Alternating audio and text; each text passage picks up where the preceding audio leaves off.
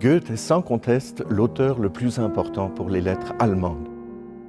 Sa personnalité domine tous les domaines et il s'est illustré notamment dans le genre du roman en donnant avec le Werther l'emblème même du romantisme allemand.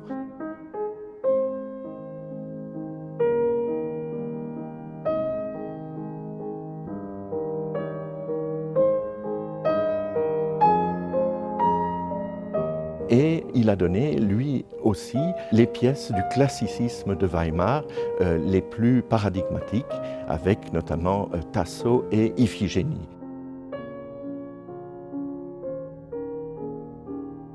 Goethe est aux yeux de Martin Bodmer l'auteur superlatif, l'écrivain le plus important de toutes les cultures confondues. Martin Bodmer a orienté la composition de sa collection en fonction des directives qu'il trouvait dans l'œuvre de Goethe. Mais Martin Bodmer a également collectionné des objets touchant à Goethe, à sa vie, mais surtout à son œuvre, et c'est la 4e collection en importance au monde, la plus grande collection au monde en dehors de l'Allemagne. On peut considérer à beaucoup d'égards le Faust comme le chef-d'œuvre de Goethe. C'est une œuvre qui l'a accompagné toute sa vie. Commencé très tôt, il en a l'idée dès 1770, et l'année de sa mort, en 1832, il livre enfin le manuscrit du second Faust. C'est une œuvre encyclopédique dans laquelle Goethe veut mettre toutes les obsessions du personnage qui lui paraît emblématique de la modernité. Pour la première fois dans le patrimoine littéraire, nous avons un savant qui est le héros. C'est un homme de science tourmenté par l'inanité possible de son savoir et qui fait retour sur lui-même. Ce mythe de Faust inspirera beaucoup les metteurs en scène, mais cela va également inspirer des peintres et des dessinateurs, et notamment Delacroix. Cela va inspirer des très grands traducteurs, et notamment Gérard de Nerval, et puis cela va inspirer des très grands musiciens. Et nous avons notamment les adaptations de Faust par Gounod ou par Berlioz, qui font référence dans le genre de l'opéra.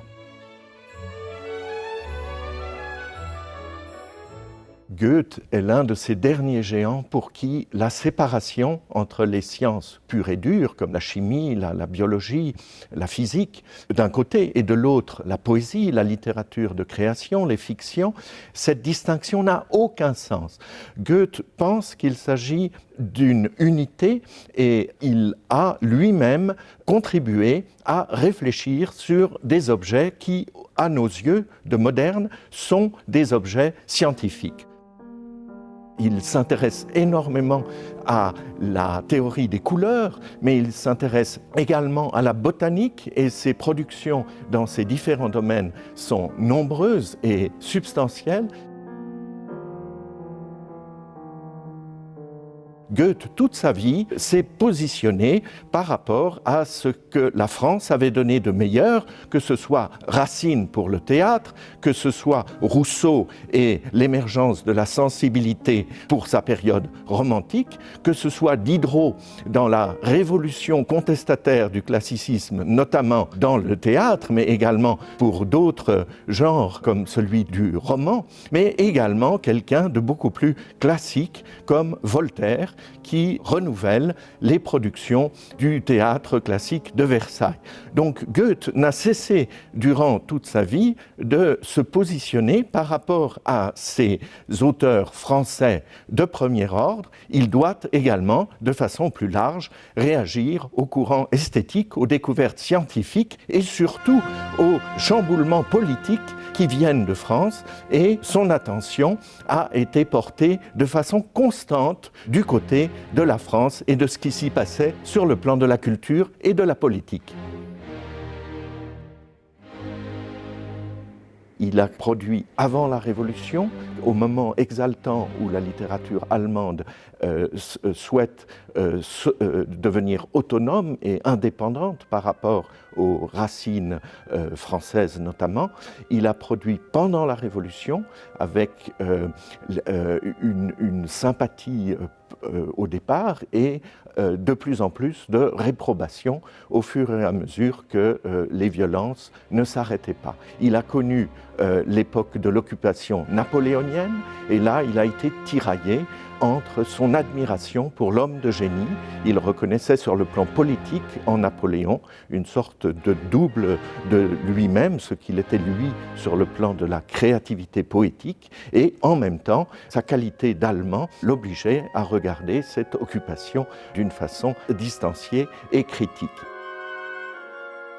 L'exposition Goethe et la France est aussi l'occasion de remarquer une fois de plus l'exceptionnelle universalité de Goethe et son intérêt pour la Weltliteratur, pour la littérature universelle et pour le cosmopolitisme. Nous y découvrirons des facettes qui vont du côté de la Grèce antique, mais également du côté du voyage en Italie, du côté de la modernité des romantiques anglais, et puis quelque chose qui le caractérise, une ouverture exceptionnelle, inédite à cette époque, pour la poésie arabe et pour la poésie perse. Et Goethe va lui-même, au contact des philologues français qu'il respecte, se mettre à l'étude de l'arabe pour avoir l'accès le plus proche possible de ce qui est une forme de poésie jusqu'alors absolument inconnue et qui, à ses yeux, vient complètement enrichir et nourrir d'un souffle nouveau le panthéon trop bien fermé sur lui-même de la culture européenne. Il est extrêmement intéressant de souligner les tensions qui parcourent toute l'œuvre de Goethe à travers ses intérêts cosmopolites. Il commence par partager les soucis de la jeune génération Sturm und Drang qui essaye de se tourner vers Shakespeare comme renouveau possible par rapport au vieux formalisme de l'ancien continent. Mais l'attirance pour le Sud est extrêmement frappante.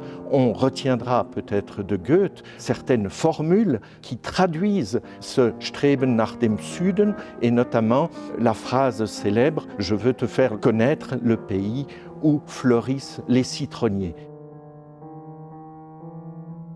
On doit aussi évoquer les derniers mots de Goethe, « Mehr Licht, qui a été interprété parfois comme une attitude tout à fait significative et typique de l'Allemand réclamant l'ensoleillement des pays du Sud dont il est trop souvent privé.